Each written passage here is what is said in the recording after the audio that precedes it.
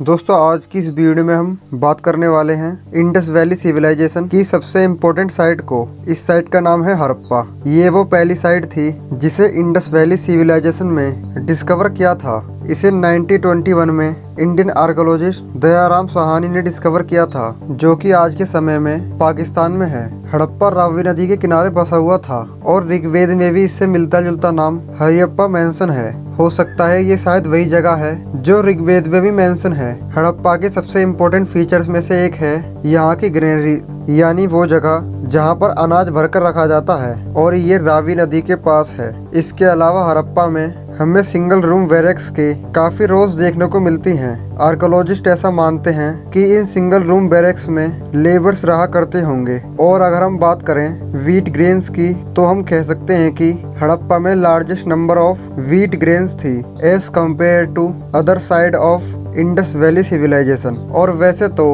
हड़प्पा सभ्यता में कोई भी ऐसा स्ट्रक्चर नहीं था जिसे देखकर ऐसा लगे कि वो टेम्पल हो, बट फिर भी कुछ और चीजों से हड़प्पा में रहने वाले लोगों की रिलीजियस प्रैक्टिसेस का पता चलता है। जैसे कि एक फैलस स्ट्रक्चर्स मिला है जो कि स्टोन का बना हुआ है, यानी हड़प्पा के लोग फैलस स्टोन की वर्शिप क्या करते होंगे। इसके अलावा हड़प्पा में अर्थ मदर सील भी मिली है जिसमें एक न्यूड वुमेन सर के बल खड़ी हुई है, और ऐसा माना जाता है कि ये शकंबरी देवी को रिप्रेजेंट करते हैं। और इससे यह पता चलता है कि हड़प्पा के लोग अर्थ को एक फर्टाइल गॉडेस के रूप में वर्शिप करते थे, वैसे ही जैसे इजिप्ट के लोग नाइल गॉडेस की।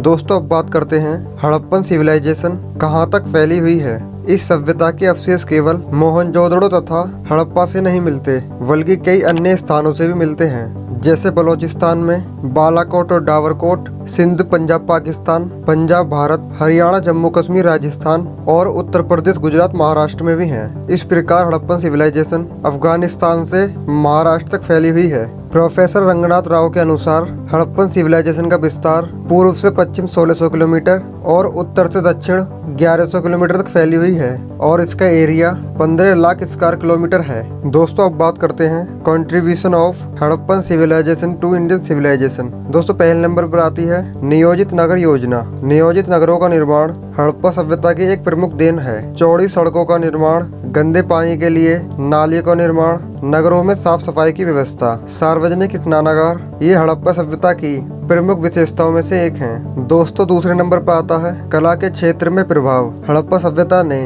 अपनी कला आकृतियों से भारतीय सभ्यता को प्रभावित किया है। दोस्तों आगे बात करते हैं आर्थिक जीवन पे प्रभाव की। हड़प्पा निवासियों ने ही सबसे पहले कपास के धान की खेती करना शुरू करी। उन्होंने ही मध्य एवं पश्चिम एशिया के साथ भारत के व्यापार की नींव डाली थी। उनका आंतरिक एवं विदेशी दोनों प्रभाव के व्यापार उन्नत थे। दोस्तों आगे बात करते हैं धार्मिक जीवन पर प्रभाव की। हड़प्पा सभ्यता का सबसे अधिक प्रभाव भारतीयों के धार्मिक जीवन पर देखा जा सकता है। हड़प्पा सभ्यता में ही तुलसी पीपल की पूजा करनी शुरू करी थी। हड़प्पा निवासी पशु पक्षी और वृक्षों की पूजा करते थे। आज भी भारतवासी गाय, बैल, पीपल, तुलसी आदि की पूजा करते थे।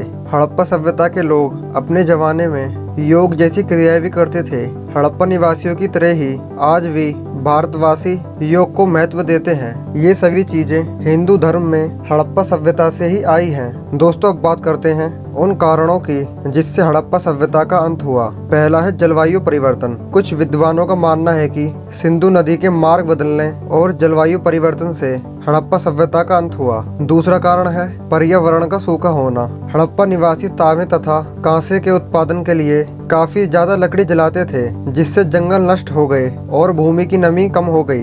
दोस्तों तीसरा कारण है विदेशी आक्रमण। कुछ विद्वानों का विचार है कि विदेशी आक्रमणकारियों ने हड़प्पा प्रदेश पर आक्रमण करके अपना अधिकार कर लिया, और ये आक्रमणकारी आर्य थे। पीगट एवं व्हीलर के अनुसार हड़प्पा सभ्यता का विनाश आर्यों के आक्रमणों से हुआ।